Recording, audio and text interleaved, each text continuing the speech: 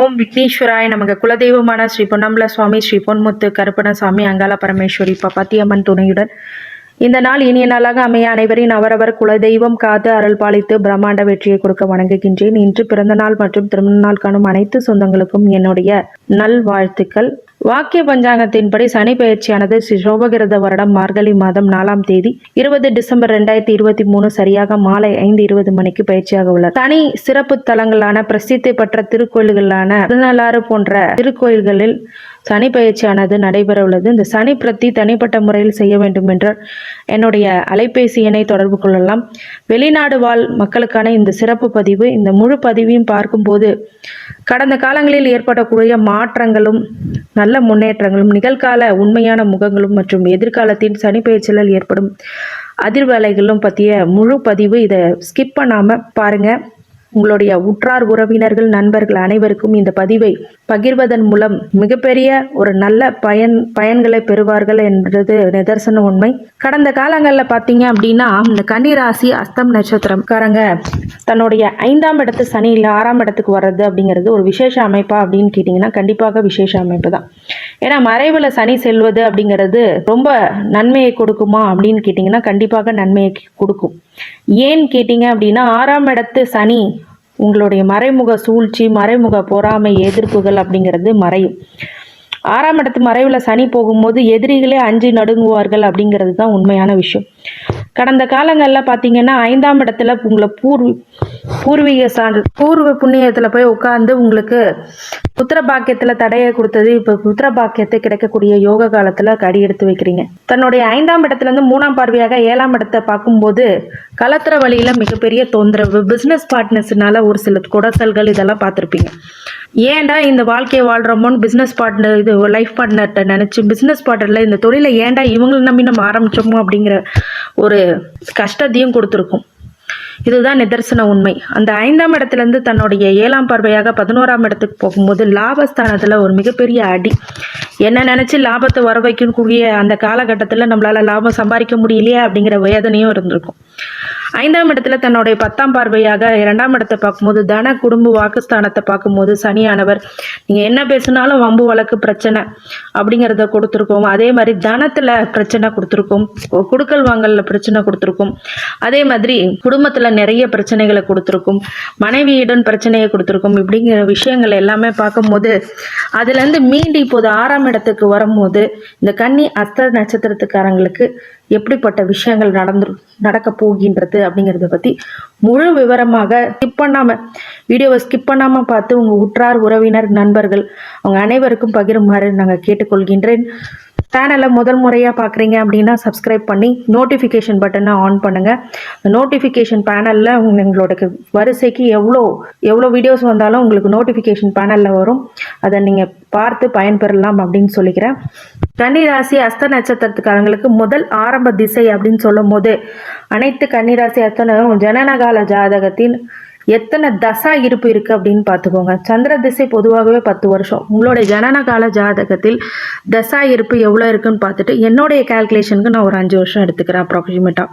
செவ்வாய் தசை ஒரு 7 வருஷம், ராகு தசை ஒரு 18 வருஷம், மொத்தம் 30 வயசு வரைக்கும் இந்த கன்னி அஸ்த நட்சத்திரக்காரங்களுக்கு என்ன நடக்கும் அப்படின்னு கேட்டிங்க அப்படின்னா படிக்கின்ற மாணவர்கள் அனைவருக்கும் அது பள்ளி படிப்பாக இருக்கட்டும், கல்லூரி படிப்பாக இருக்கட்டும், இந்த 2 வகையில் மாணவர்களுக்கு எல்லாமே ஒரு சில அழுத்தங்கள் கண்டிப்பாக இருக்கும். புது முயற்சி எடுக்காமல் இருக்கிற விஷயங்களை நல்லா ஹார்ட் ஒர்க் பண்ணி நீங்கள் உங்களுடைய விஷயத்தை மேலே கொண்டு வாங்க.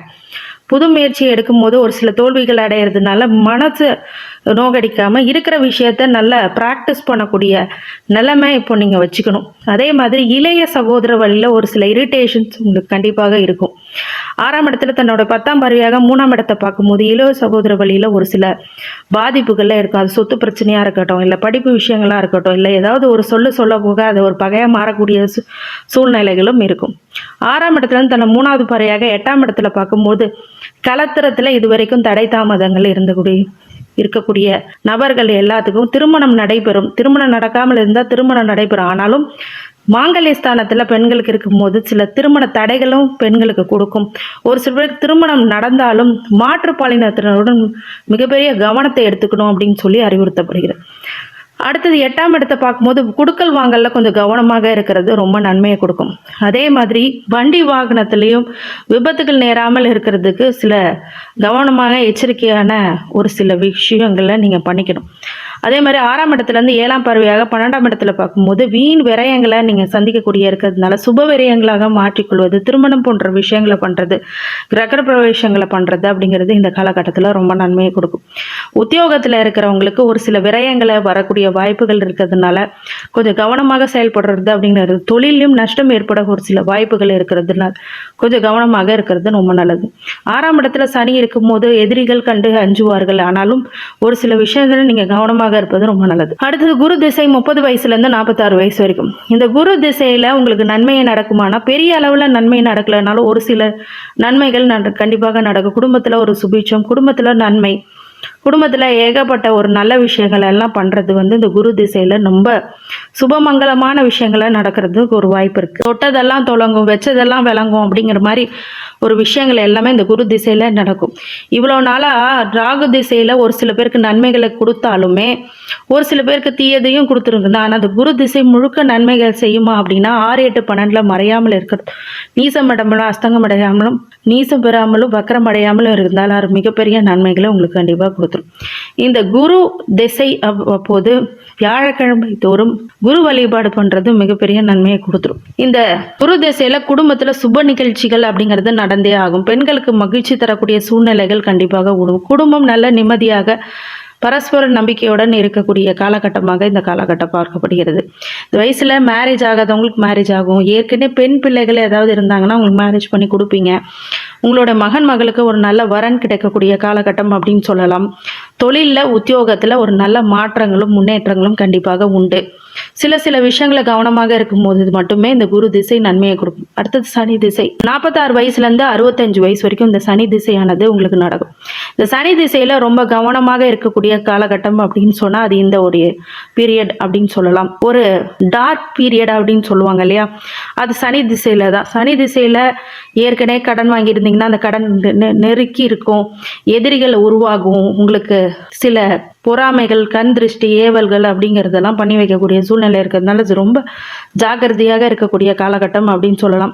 யார்கிட்டையும் வீண் விவாதங்கள் பண்ணாமல் இருக்கிறதும், கொடுக்கல் வாங்கல்ல கவனமாக இருக்கிறதும், மாங்கல்ய விஷயத்தில் 3வது நபரோட தலையீடு இல்லாமல் பார்த்துக்கிறதும், வீண் விரயத்தை தவிர்க்கிறதும், இளைய சகோதர வழியில் அமைதியாக செல்வதும், இளைய சகோதரர்கிட்ட ரொம்ப மாறுபாடான விஷயத்தில் பண்ணாமல் இருக்கிறதும், இளைய சகோதர வழியில் கொடுக்கல் வாங்கல்ல ஒரு சில பிரச்சனைகள் ஏற்படக்கூடிய வாய்ப்புகளும் இருக்குது. அதே மாதிரி புது முயற்சிகளால் ஒரு சில தோல்விகள் நடக்கிறதுனால பயத்தை உருவாக்கக்கூடிய விஷயங்களும் அமையும். அதனால் இந்த சனி திசையில் மிக கவனமாக இருக்கக்கூடிய திசை உங்களுடைய குலதெய்வ வழிபாடும் சனி திசை அப்போ வச்சுக்கிட்டீங்க அப்படின்னா ரொம்ப நன்மையை கொடுக்கும். அதுவும் உங்களை காப்பாற்றும் ஓரளவுக்கு. அதே மாதிரி இந்த சனி திசையில் நீங்கள் செய்ய வேண்டிய கர்மா கடன்கள் எல்லாமே முடிச்சிடணும். திதி கொடுக்கறது, தர்ப்பணம் கொடுக்கறது அப்படிங்கிற விஷயங்கள்லாம் கரெக்டாக பண்ணிட்டு வாங்க. அதே மாதிரி அன்னதானம் போன்ற விஷயங்களை சனி திசை பண்ணுங்க, ரொம்ப நன்மையை கொடுக்கும். இந்த சனி திசை கர்மாவுக்கு தகுந்த மாதிரியான தண்டனைகளை மட்டுமே கொடுக்கும். இந்த சனி திசையை கடக்கணும் அப்படின்னா ரொம்ப பொறுமை அவசியம். அதே மாதிரி சனி திசையை பற்றி தெரியணும்னா ஜோதிட ஆலோசனைக்கு என்னுடைய நம்பருக்கு ஜோதிடம் பார்க்கணும் அப்படின்னா இந்த சனி திசையை பார்க்கணும் மட்டும் நினச்சிங்கன்னா பெய்டு கன்சல்டேஷன் இருக்குது. கன்சல்டேஷன் எடுத்தால் உங்களுக்கு மிக விரிவாக உங்களுடைய ஜாதகம் பார்த்து தரப்படும். துல்லியமாக உங்களுக்கு ஒரு பாதை, ஒரு கைட் பண்ணக்கூடிய விஷயங்களாக அது அமையும். அடுத்தது புதன் திசை 65 வயசுலேருந்து 82 வயசு வரைக்கும். இந்த புதன் திசை ராசி அதிபதி திசை. இது ஒரு நல்ல திசை. இந்த திசை காலங்களில் நல்லா வீடு கட்டுவீங்க, நல்ல மனை வாங்குவீங்க, நல்ல பொன் பொருள் சேர்க்கை இருக்கும். உங்களுடைய மனைவி மகள் வழியில் ஒரு சில நல்ல விஷயங்கள் நடக்கும். சில கவனங்கள் மட்டுமே இருக்கணுமே தவிர புதன் திசை அனைத்து வகையிலுமே உங்களுக்கு வெற்றியை கொடுக்கக்கூடிய திசை. இந்த காலகட்டத்தில் பெரிய இன்வெஸ்ட்மெண்ட்ஸ் போட்டு நீங்கள் பண்ணுறது அப்படிங்கிறது கொஞ்சம் ஜனனகால ஜாதகத்தை மட்டும் பார்த்துக்குங்க. இந்த புதன் திசை எங்கே அடிப்படும் அப்படின்னு கேட்டிங்கன்னா 6, 8, 12 திசை மறையாமல் இருக்கிறது ரொம்ப நல்லது இந்த திசைக்கு. அதே மாதிரி புதன் நீசமாகிறது, புதன் வக்ரம் அடைகிறது, புதன் அசங்கடையாமல் இருக்கிறது தான் இந்த புதன் திசையில் விதிவிலக்கு. அந்த விஷயம் மட்டும் நடக்காமல் இருந்தால் புதன் திசை மிகப்பெரிய யோகமான திசை அப்படின்னு சொல்லலாம். இந்த புதன் திசையில் பொதுவாகவே பார்த்தீங்க அப்படின்னா கன்னிராசிக்காரங்க மிகப்பெரிய நன்மைகள் உங்களுக்கு கண்டிப்பாக நடந்துடும். வெளிநாட்டில் இருக்கிறவங்களுக்கு வெளிநாட்டு உத்தியோகத்தில் நல்ல ஒரு மாற்றங்களும் அதன் மூலியமாக முன்னேற்றங்களும் கண்டிப்பாக உண்டு. உள்நாட்டிலே நீங்கள் வேலைக்குள்ள இருந்தீங்கன்னா ப்ரொமோஷன், இன்சென்டிவ், இன்க்ரிமெண்ட்ஸ் அப்படிங்கிறது எதிர்பார்க்கலாம்.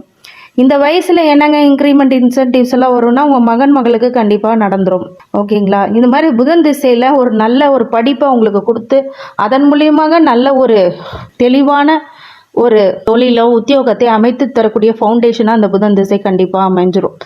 புதன் திசையில் நல்ல வேலைக்கு போவாங்க, நல்ல ஒரு சம்பாதிப்பாங்க. அந்த வகையில் ரொம்ப சந்தோஷமாக குடும்பம் நடத்தக்கூடிய சூழ்நிலைகள் புதன் திசையில் கண்டிப்பாக நடக்கும். அதே மாதிரி லாபத்தை அதிக அளவில் கொடுக்கக்கூடிய திசை அப்படின்னும் சொல்லலாம்.